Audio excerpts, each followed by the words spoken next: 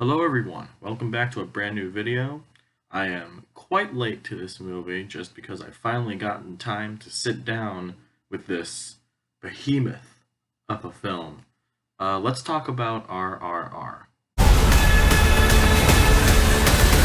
Now this here, I'm usually familiar with the country that a movie comes from. This is my first time going into Indian film in general, specifically Tollywood, Telugu film.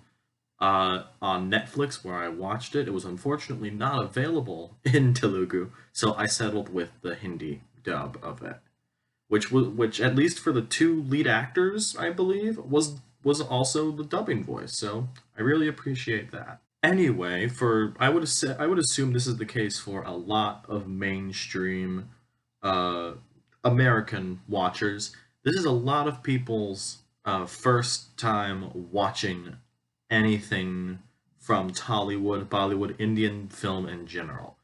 It's been a year since it released here in the States, and it has pretty much been a phenomenon.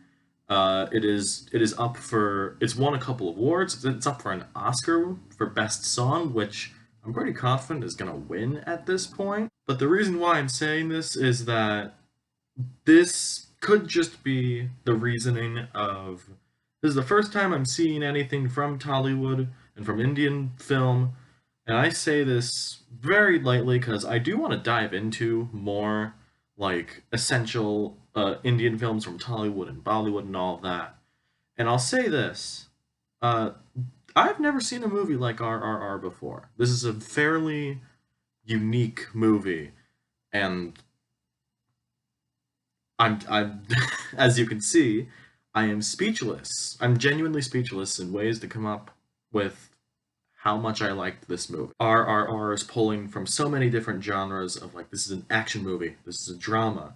There's a little bit of rom-com in there. This is also mainly a historical epic for the ages. Our two main characters are pulled from Hinduism, I believe. Yeah, Hinduism, and it's using real life and like real people. I should actually say I should probably brush up on my knowledge for this, but it is pulled from real life figures and making a fictional story out of these real life people. And I'm sure there's an element to this of like I don't know how much this follows these characters' real lives. So if obviously if there are people that know their story, this would be a more predictable story. This had me on the edge of my seat for most of its runtime. And I gotta be honest, for a 3 hour movie, that's very, very impressive. Since it is an action movie, I gotta talk about that because the best I can equate all the pretty stunning action sequences here is akin to a live action anime.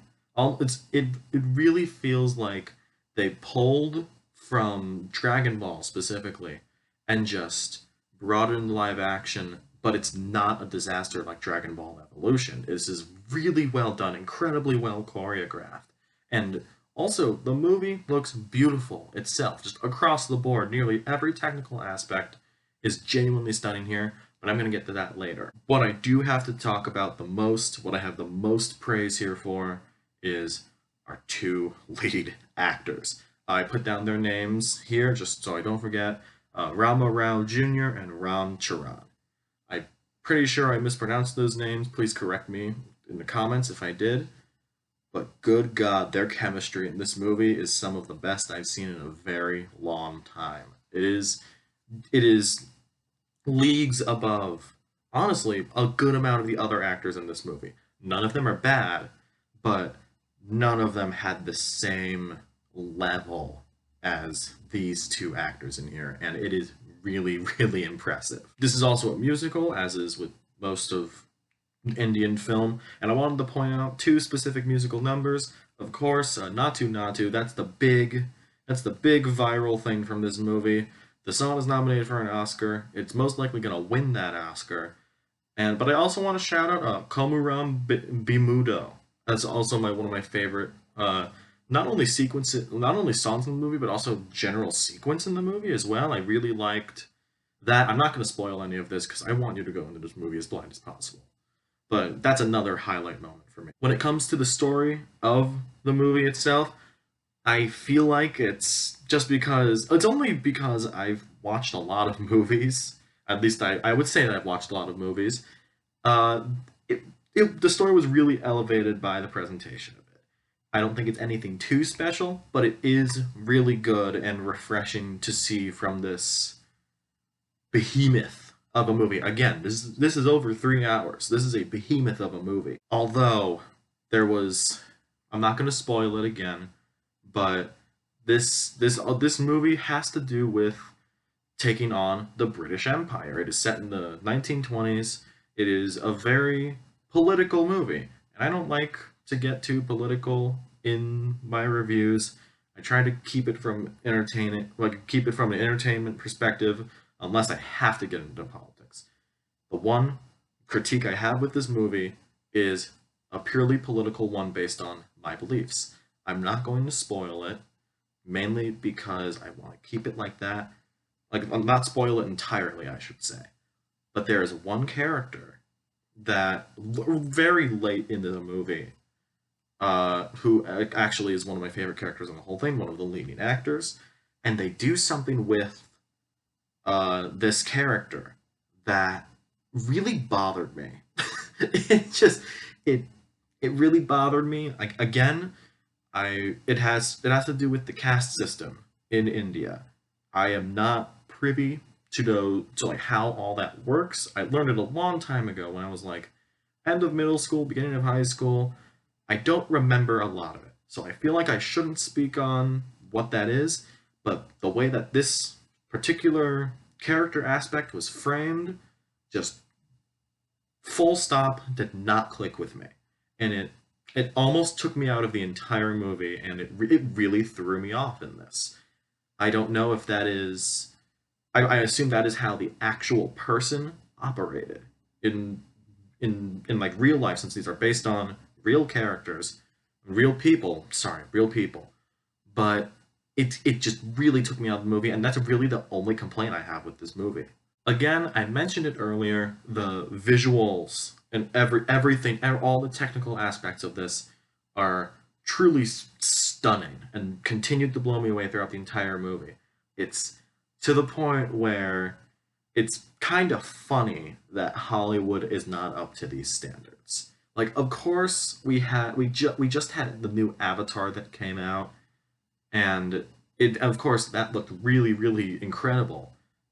But it's very funny that at least when we like once we convert the budget of RRR to, like, American currency, it was only like a $70 million budget or around that, and it looked fantastic. Like, everyone went hard on it. But now we have like our best looking movie, like at a peak, which is the new Avatar, and that was like $450 million or something. You know, I just thought of that. I thought it was pretty funny. And now we get to what I think is the biggest star of this, at least in my opinion, is the director S.S. Rajamouli, which at this point I need to see his other movies. At this point, flat out, bar none. I'm so curious to see what else he's got, because god damn, he killed it. He really killed it in all of this. The construction of this, the writing, which I believe he wrote with his father, if I'm not entirely sure about that. I'm pretty sure that's how it went. But just seeing all of this come together and just work so well is really impressive to me. And just, again, what's Hollywood doing here? I wanted to end this video with a note on a spectacle, because I had this in my notes where this is the definition of a spectacle here. And a lot of blockbusters that are being put out here in America by Hollywood, and honestly around the globe anyway, but mainly made by Hollywood, there always wants to be like a meta reconstruction of the term spectacle. We can't just have a plain old spectacle now, because you got to throw something else in there. You got to get all of like you got to have a reason to the spectacle, and like don't suspend disbelief anymore. Uh, RRR is the opposite of that. The one political thing I mentioned is only because of my personal beliefs. Outside of that one little thing, this is a very much a crowd pleaser. It is part like buddy movie, part action sequence, part historical epic, plus rom-com in a couple of scenes. It really made just for an overall great experience. And part of me's going, I probably should have seen this in a theater because I just watched this on Netflix. So yeah, I'll end my review on that and just say that RRR was really refreshing to see in the blockbuster space. I'm always going to go see these big budget movies, and I'm always going to see like these small indie movies that I love, but it's really great to see such a great looking blockbuster, no matter where it was made, and just see that care. It hits all the right notes for me, and it just really knocks it out of the park in every aspect. And I really admire that.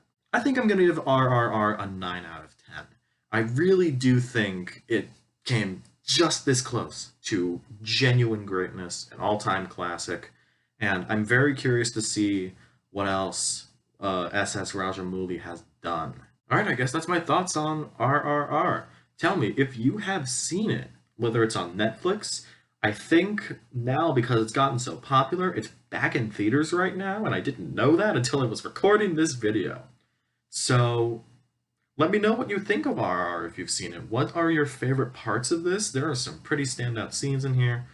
Let me know what you think of the movie. I'll see you in the next one. See ya.